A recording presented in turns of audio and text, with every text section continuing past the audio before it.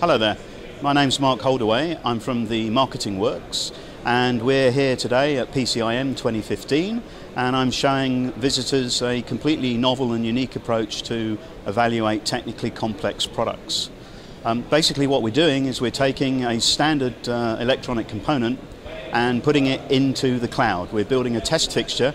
Hopefully you can see this on the screen. On the left hand side up here you can see a live video feed from our office in Munich.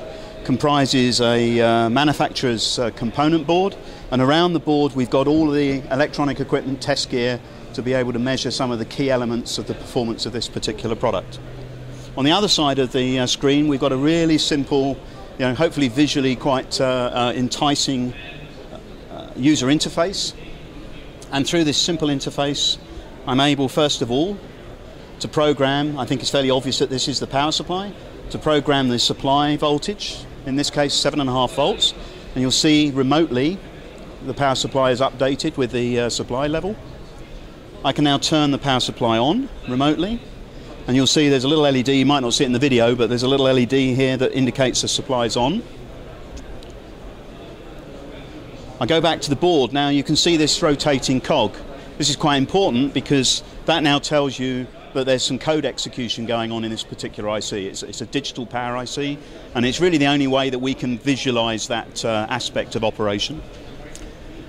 Now I have a little incandescent bulb here that is the load for my power supply, and as you can see it's not illuminated at the moment.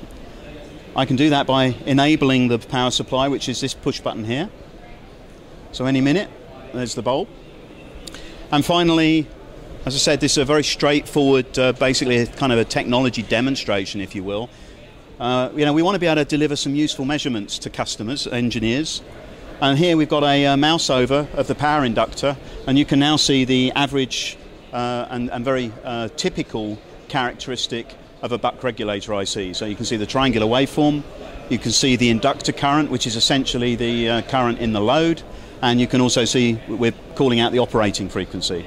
We're basically pulling that data. We've got a little current sensor probe here, and we're digitizing that through a digital scope and essentially enabling the data to come through to our demonstration here at the show. And that's basically it. Thank you for listening.